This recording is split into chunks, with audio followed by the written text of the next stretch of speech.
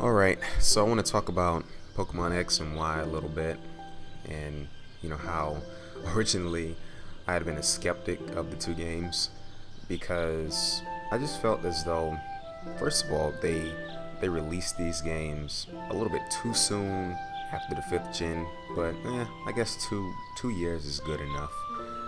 But another reason was because of the Mega Evolutions. I just thought that it was too much like Digimon or whatever.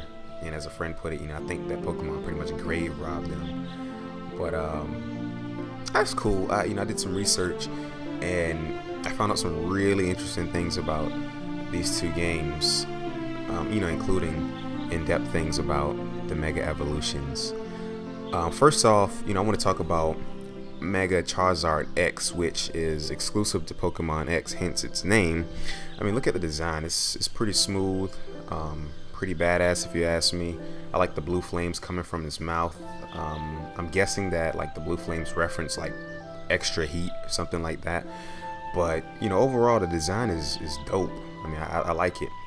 I think the number one thing that draws me in about this thing though is something that I have been like praying for in previous generations, which happens to be the dragon fire typing when it's in this form. I had always said in previous generations that if Charizard was dragon and fire, it would be a monster. Like it has the stats and the move pool to really put in work, competitively speaking.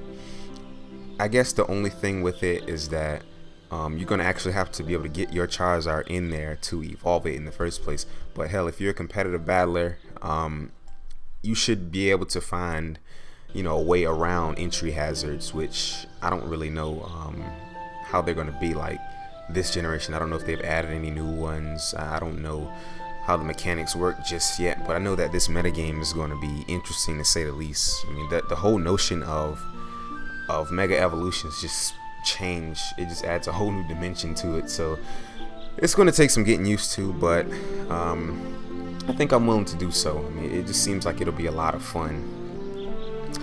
We have Charizard here, or Charizard Y, which looks pretty dope, as well as Charizard X. I'm really liking the classic Charizard colors, the extended flame on its tail, and the wings are pretty dope too. I think the most interesting aspect of its design is the top of its head, which actually reminds me of a pterodactyl. But overall, yeah, smooth design. I love it. It's cool.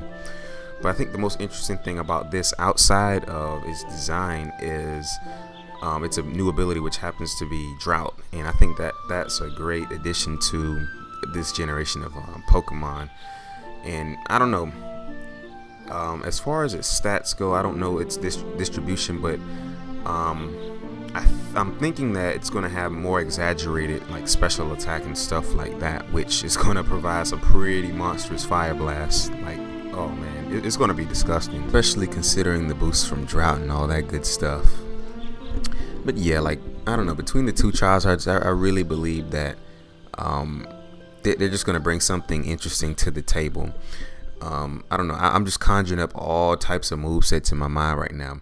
Like, I don't know, I'm guessing like since they won't be able to have any items, a good move to put on this would be like Roost or something like that, because won't have any means of recovering outside of that. But then again, I'm not really sure if that would even matter, since you'll be putting out so much power between these two. And I forgot to mention the ability of Charizard X, which happens to be Tough Claws, and I believe that magnifies contact moves. I'm not sure if it's just dragon type contact moves or all contact moves, but in any case, it boosts the power of some sort of contact moves.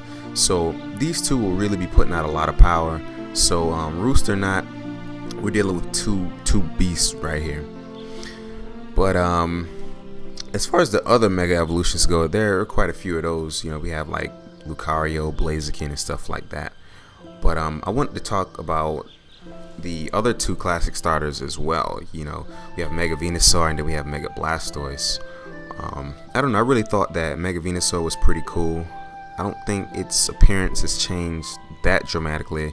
As you can see, like the main differences are more exaggerated plant on its back, and looks like they add like a little flower on his head or something like that. I don't know what to call it, but Yeah, that's pretty cool.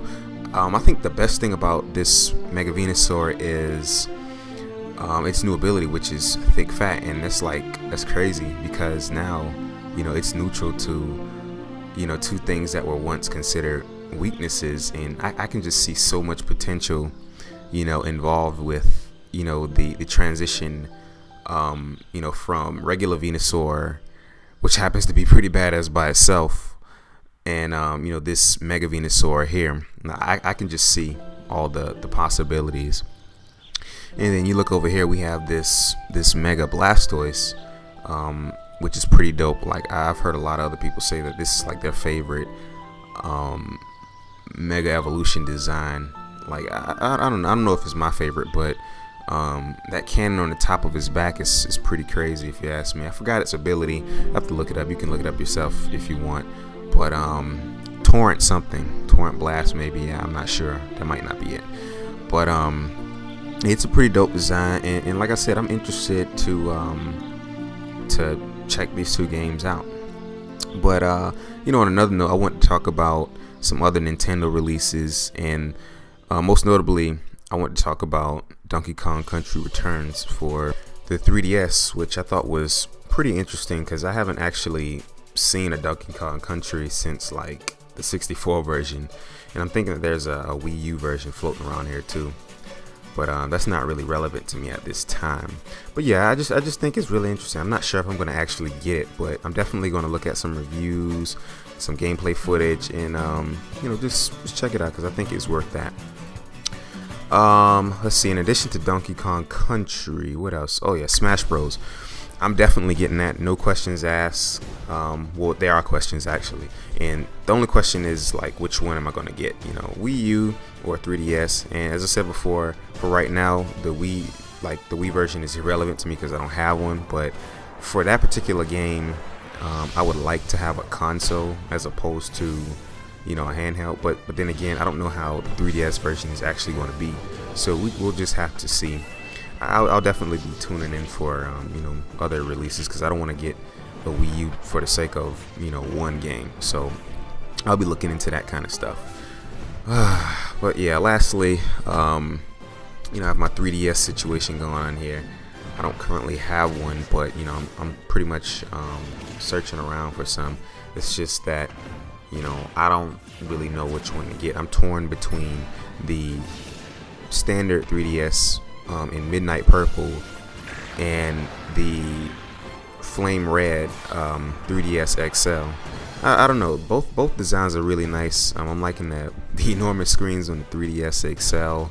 I'm liking the nice matte finish. Less fingerprints, stuff like that. But at the same time, like, that purple is just like, it's dark and smooth and sexy and mystic. Like, I just like it. It's cool, and plus it's more compact. You know what I'm saying? Like, I'm not sure if I want to walk around with a brick in my pocket.